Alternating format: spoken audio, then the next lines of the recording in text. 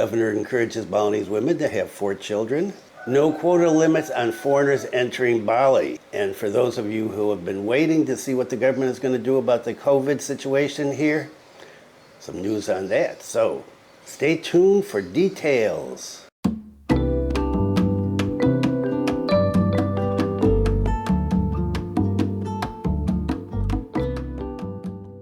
Selamat siang. Welcome to the latest news from Bali in Indonesia. This is May 10th. 2023, and my son's 27th birthday. My God, 27, hard to believe. And what is the weather like today? Well, the weather is a little cooler than usual, 28.9 degrees Celsius right now, but a bit sticky, 75% humidity, and something really unusual, wind speed 0. There is no wind. And it's overcast, not that sunny, but better than yesterday. And that's all I'm going to say about the weather. Okay, lots of stuff here. Let's get started.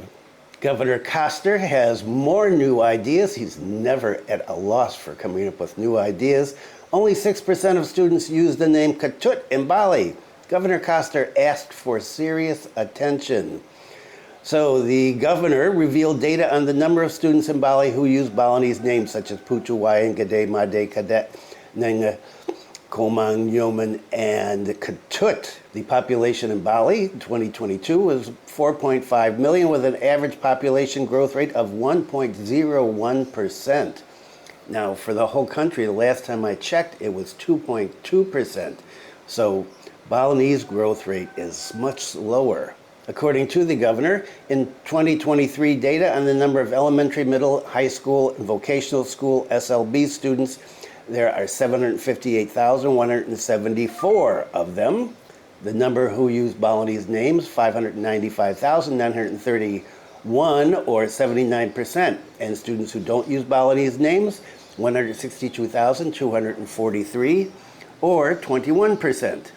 Of these, 233,013 children, or 39%, use Balinese names starting with Putu, Wai, and Gede. For the names Made, Kadet, and Nenga, there were 215,731, or 36%. As for the names Komang and Nyoman, there were 109,198, or 18%. And finally, for Ketut, the 4th child, there were 37,389 people, or 6%. Now, why are these names? Because the Balinese naming system, there's a lot of different names, but there's a number naming system, and so Ketut is number 4, and Nyoman is number 3, or Komang, and so number 3 and number 4 children, not highly represented in these numbers. This is why the governor is talking about the names. He said, this is already a warning that must be taken very seriously, that if no real efforts are made, the name Ketut is threatened with extinction. Okay, what he's talking about is that there's just not enough children being produced at this point in order to keep the Balinese population high.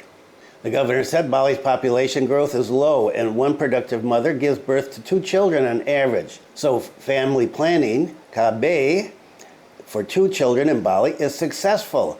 And this goes back to the Suharto era, and when we had the Dua Anak Cukup, 2 children are enough campaign, and you see here some posters from that era, right? Here's one, there's another one, there's another one.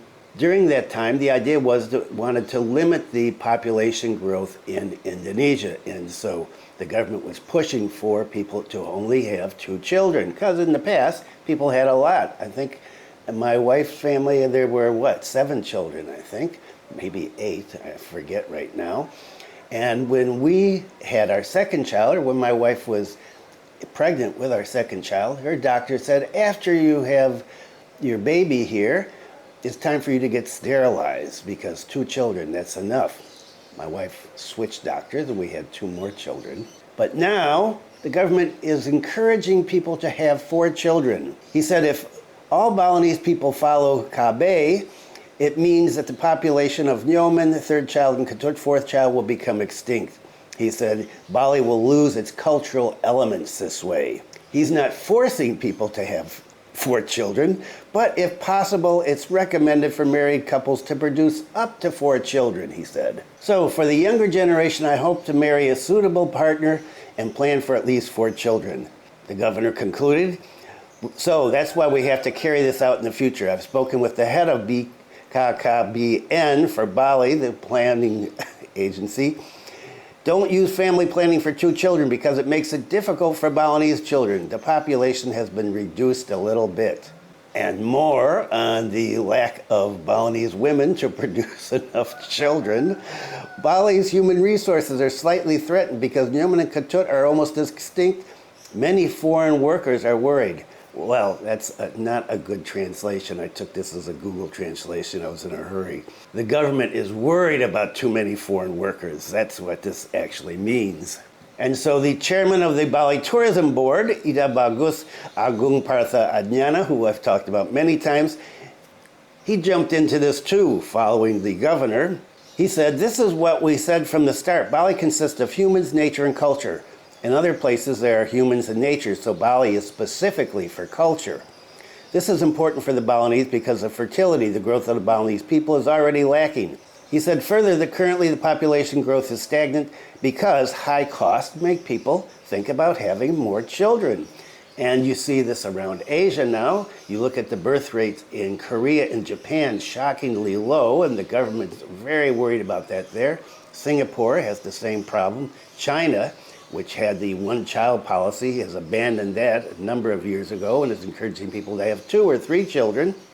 And so the governor and other people involved in tourism and the Balinese culture are jumping in on this and saying we need to have some more kids. According to Gus Agung, for now the number of tourists in Bali is very high, so they need a lot of native Balinese manpower or human resources. The worry is that when the Balinese population lacks growth, there will be many companies that will bring in workers from outside Bali, both foreigners and outside the island. And so they want to limit the number of foreigners coming in here to take jobs, and they want to limit the number of Indonesians from other islands coming in to take jobs. The chairman said, "I think it makes sense. As Balinese, we don't want too many tourists. If it's in its nature to protect culture and society, that's good. It fits." He said the restriction on the entry quota, this is coming up, I'm going to talk about this in just a minute, for foreign nationals entering Bali must have positive and negative effects. But what he sees as more positive, especially in Bali, is the framework of leading to quality tourism. So the guests are busy, but those who have business are not Balinese. What are you doing, he said. Okay, this is back to foreigners working here illegally or maybe even legally. So Gus Agung reiterated we have to pay attention to population growth in Bali. However, if health and school fees are still expensive, the population is not ready yet to have 4 children. Of course not. It is expensive to have children here in Bali. I know a lot of tourists say, wow, I want to come to Bali because it is so cheap. But hey, it's not cheap for people that are living here. And if you've got kids and you've got them in school and you've got medical care and you've got all these other things that go along with having kids is expensive. And so people are saying, okay, look, we're not going to have 3 or 4 or 5 or 6 kids. We're going to have 1 or 2. He concluded that if you want Balinese culture to be safe, good Balinese must have 4 children. So let's get out there and reproduce.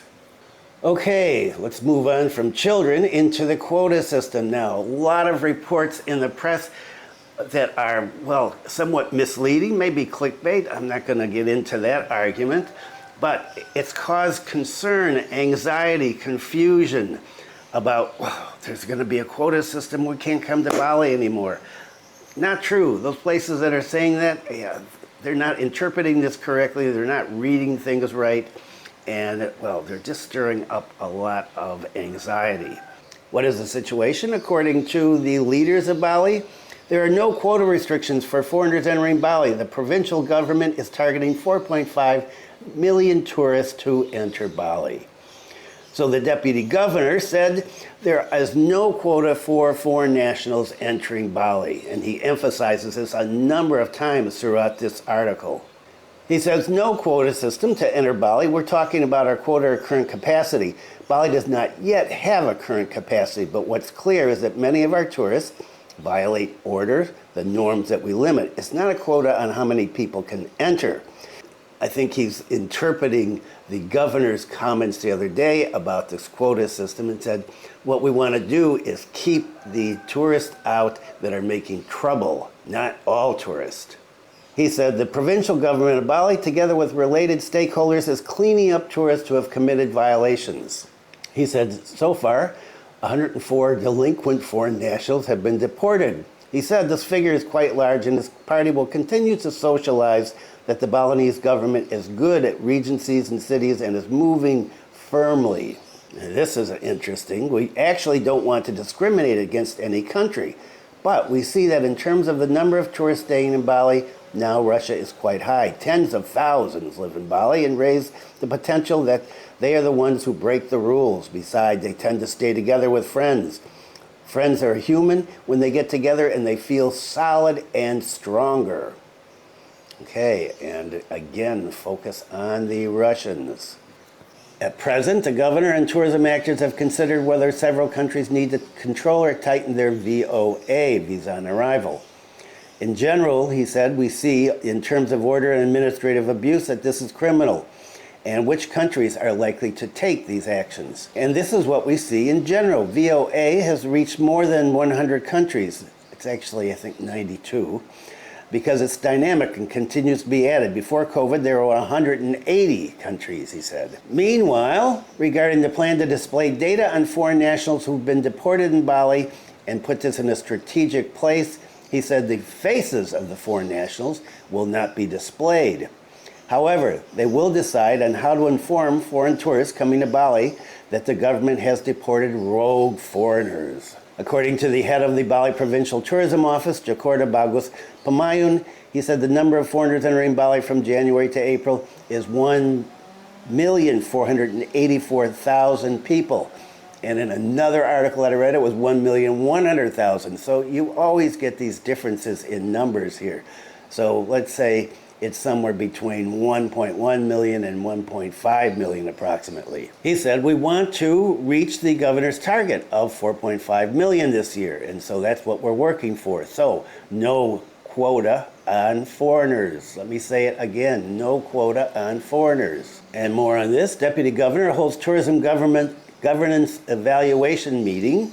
The Deputy Governor had a meeting with a number of other people involved in tourism in Bali, or what's known usually in these articles as stakeholders in tourism.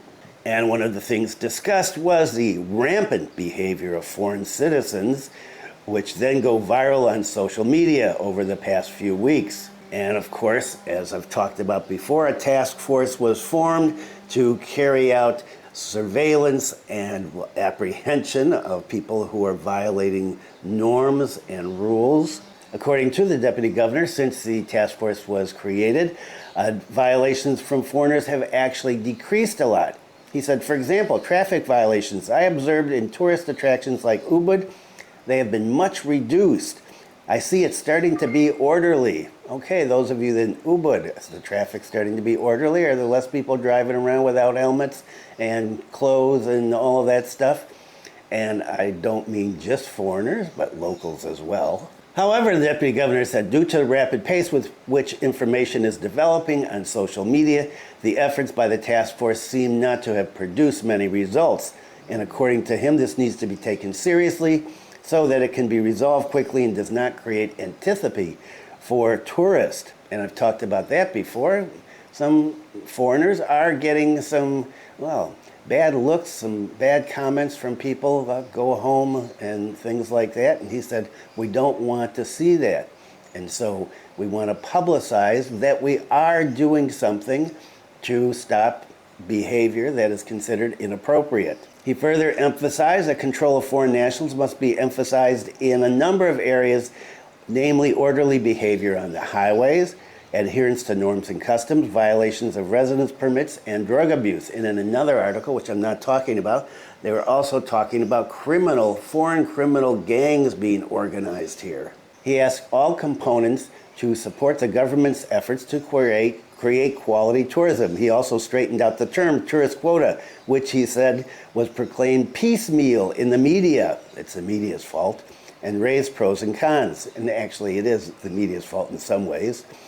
The point is not giving quotas in terms of numbers, but restrictions on naughty foreign tourists, he said. And in another article, there was a number 6.5 million. Another article, there was a 1.7 million.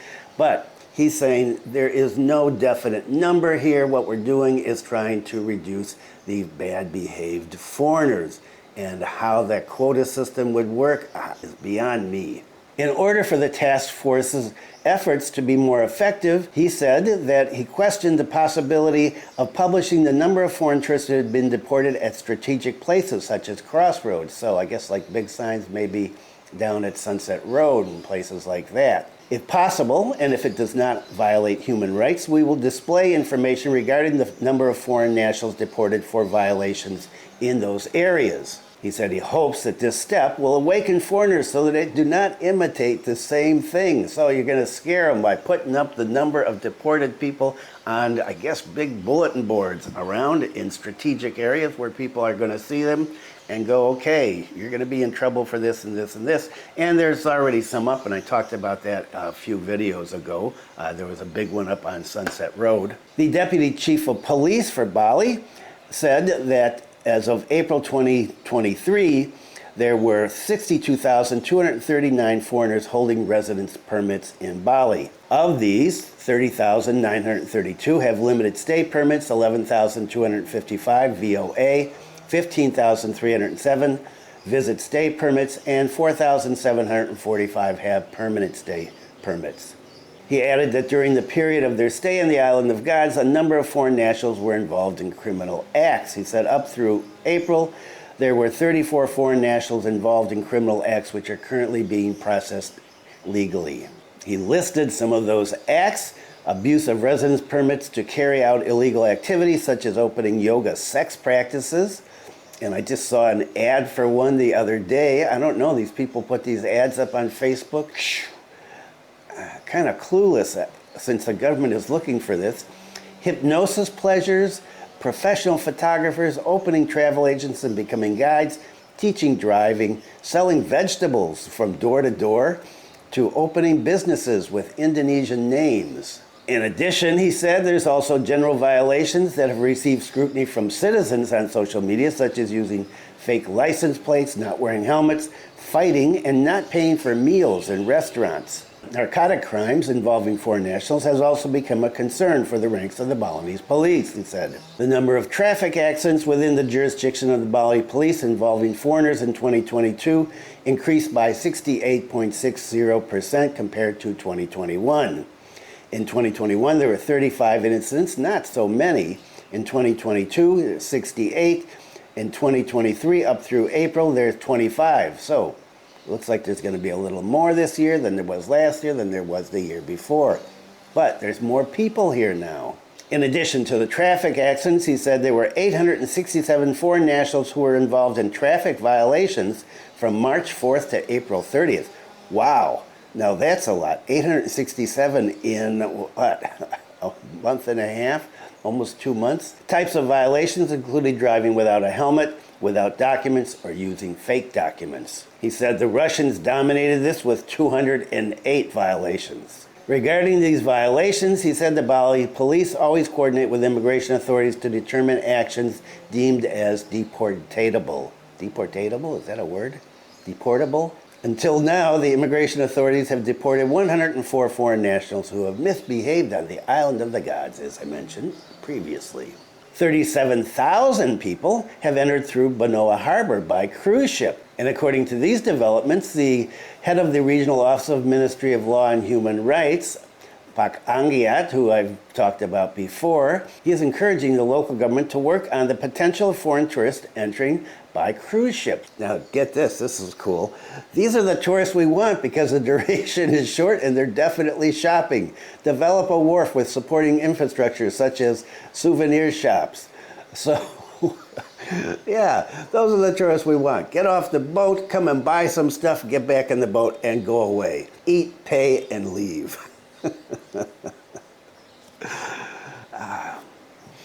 You've got to take a humorous look at all of this stuff. It's just, I get a good laugh every day reading the local press and seeing what's going on here. So summarizing this meeting, the deputy governor emphasized the importance of synergy of all components to realize higher quality tourism government. He said the police alone are not enough because they're also limited in personnel. They need help and support from other components, and that includes the citizens who should be turning in all the badly behaving foreigners. And with this quota system all over the news, nationally, internationally, Pak Sandiaga Uno had to say something about it. Keeping Balinese customs, Sandiaga Uno gives signals about the discourse on the quota system for foreign tourists. So he's responding, of course, to the governor's remarks on the quota system. Pak Sandiaga said the Ministry of Tourism and Creative Economy is coordinating with the Bali provincial government regarding this matter. Pak Sandiaga said that the problem of limiting foreign tourists here has been discussed since the 1980s. He said that the narrative conveyed must be about quality and sustainable Indonesian tourism. Pak Sandiaga said that he was in Korea when the news came out about the governor's quota system, and he said there were a lot of questions. We want to convey the narrative that our tourism is of high quality and sustainable. He said tourism in Bali has to be maintained so that future generations can enjoy it. We don't want Bali, he said, to become a destination where in the end its customs and traditions are polluted by the environment.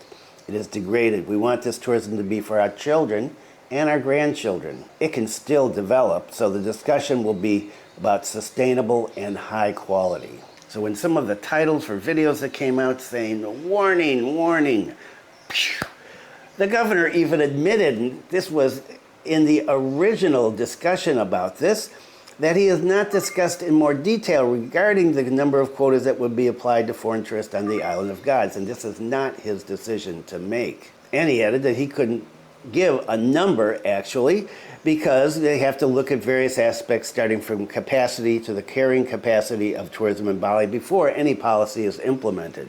And so, munchkins, put your fears to rest. There is no quota system, and it is highly unlikely that it's going to be one, certainly in the near future. And what about COVID, right? So people have been asking me, you said when the WHO made their decision on the status of COVID that the government would too. Well, that's right, and this is it. Health Ministry awaits Jokowi's order to lift COVID-19 emergency status. So on the 5th, the other day, the WHO announced that COVID is no longer a global health emergency of international concern. And according to a health ministry spokesperson, the ministry will coordinate with other ministries to create recommendations to be later submitted to the president. I don't know how much later.